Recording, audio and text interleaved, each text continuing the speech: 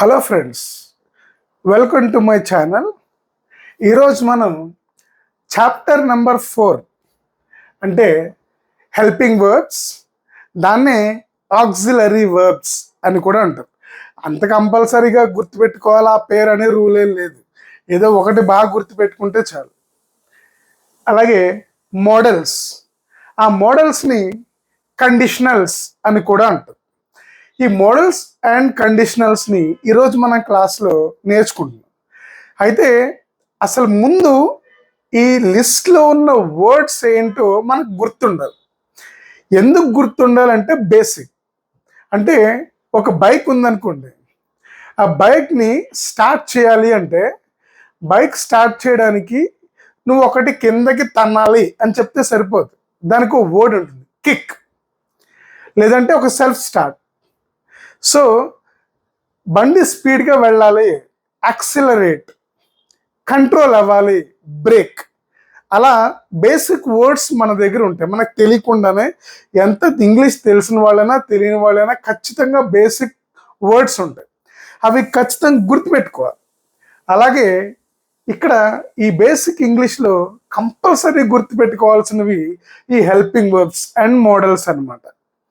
ఇందులో మీకు అందరికీ చాలా ఈజీగా అర్థమయ్యేలా నేను చెప్పడానికి ప్రయత్నిస్తాను. మనకి ఫ్యామిలీస్ అంటే తెలుసు.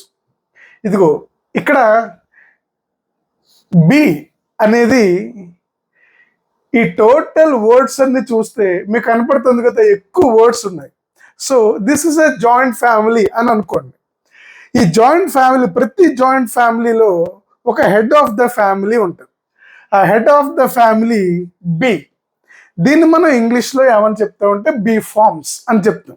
ఆ బికి ఉండే రిమైనింగ్ ఫార్మ్స్, ఆ మిగిలిన ఫార్మ్స్ అనమాట. దీన్ని మనం ఒక జాయింట్ ఫ్యామిలీగా అనుకుంటే ఆ ఫ్యామిలీ మెంబర్స్ అందరూ ఇక్కడే ఉన్నారు. ఇప్పుడు మనం రాసేటప్పుడు, నేర్చుకునేటప్పుడు be, is, am, are, was, were, been, being అని చదువుకుంటే అది మనకు అంత ఈజీగా గుర్తుండదు. ఏదో పెద్ద లిస్ట్ నేర్చుకుంటున్నాం అనే ఫీలింగ్ వస్తుంది. అలా కాకుండా be, is, am, are, was, were, been, being. చాలా మంది దీన్ని వేర్ అని పలుకుతారు. అది వేర్ కాదు, దాన్ని వ అని పలకాలి, లేదా వర్ అని పలకాలి.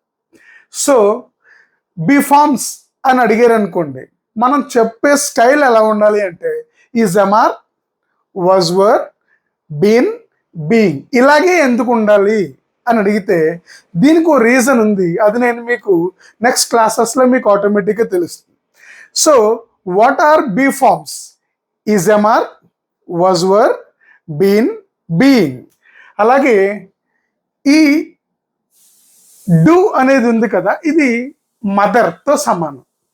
సో మదర్కి కూడా ఒక మదర్, ఫాదర్ ఉంటారుగా. సో ఇప్పుడు ఈ మదర్ యొక్క పేరెంట్స్ గురించి చూద్దాం. So do, does and did. So ఇవన్నీ డూ ఫార్మ్స్ కిందకు వస్తాయి. So do, does, did.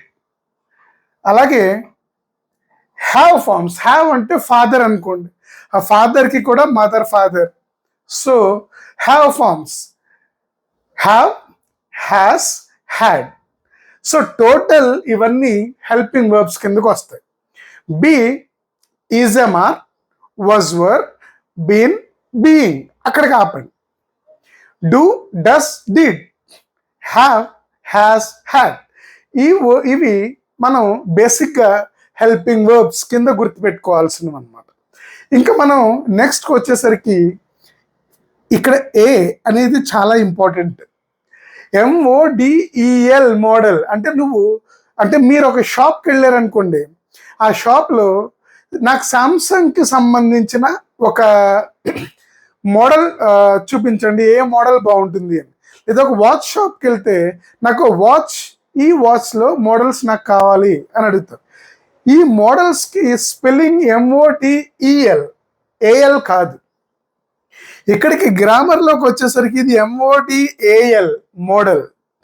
So ఈ మోడల్స్ని కూడా అంటే ఒక్కొక్కటి ఒక్కో కండిషన్లో యూజ్ చేస్తారు. అవి ఏ కండిషన్స్ ఎలా యూస్ చేయాలి అనేది మనం ఫర్దర్గా నేర్చుకుందాం. అసలు ముందు మోడల్స్ అంటే ఏమేమి వస్తాయి. ఇదిగో ఇది మనకు ఒక జాయింట్ ఫ్యామిలీ అయితే, ఇది ఒక మదర్ ఫ్యామిలీ అయితే, ఇది ఒక ఫాదర్ ఫ్యామిలీ అయితే, ఇదిగో వీళ్ళు ఈ will, would, shall, should, can, could, may, might అనే ఇవన్నీ కొత్తగా పెళ్ళైన జంటల కింద అనుకోండి. So newly married couples. Will, would ఒక కపుల్, షెల్, షుడ్ ఒక కపుల్, కెన్, కుడ్ ఒక కపుల్, మే, మైట్ ఒక couple. So will, would, shall, should, can, could, may, might నేర్చుకునేటప్పుడు మీరు అబ్జర్వ్ చేయండి. ఇక్కడ స్టార్టింగ్ లెటర్, ఇక్కడ స్టార్టింగ్ లెటర్, ఇక్కడ స్టార్టింగ్ లెటర్, ఇక్కడ స్టార్టింగ్ లెటర్, ఈ starting letter, starting letter, starting letter, starting letter. So మీరు చాలా ఈజీగా గుర్తుపెట్టుకోవచ్చు. So W W, S S, C C, M M, will, would, shall, should, can, could, may, might. So ఇవి వీళ్ళు కొత్తగా పెళ్ళైన జంటల కింద అనుకోండి, మీకు చాలా ఈజీగా గుర్తుంటుంది. So these are modals. మరి వీళ్ళు ఎవరు సార్ అని అడిగారు అనుకో, వీళ్ళు లైఫ్ లాంగ్ బ్యాచులర్స్ అనమాట. They are born to be bachelors. So వీళ్ళకి ఇంకా పెళ్లి కూడా అవ్వలేదు, వీళ్ళు చేసుకున్న ఇంట్రెస్ట్ వీళ్ళకి అసలు లేదు అని మనం అనుకుందాం.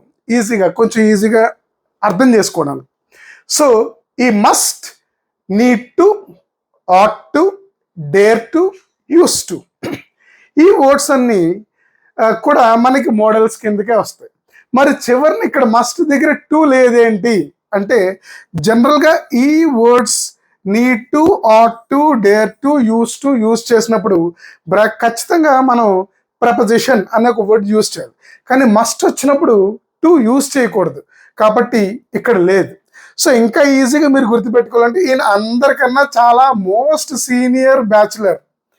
ఈ బ్యాచులర్ ఇంకో 4 శిష్యులు నేర్చుకుని కూర్చొని ఉన్నాడు. ఇదిగో ఈ 4 శిష్యులు వీళ్ళు.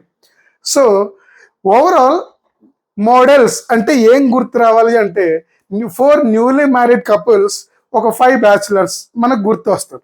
సో అందులో first one will, would, shall, should, can, could, may, might, must, need to, ought to, dare to, used to. ఈ వర్డ్స్ని గుర్తుపెట్టుకుంటే ముందు అసలు దేనైనా నేర్చుకోవాలంటే ముందు దానికి సంబంధించిన వర్డ్స్ ఏంటో మనకు తెలియాలి. కాబట్టి ఈ క్లాస్లో మనం తెలుసుకోవాల్సింది ఏంటంటే హెల్పింగ్ వర్బ్స్ అండ్ మోడల్స్, వాటిని ఆక్సిలరీస్ లేదంటే కండిషనల్స్ అని కూడా అంటారు.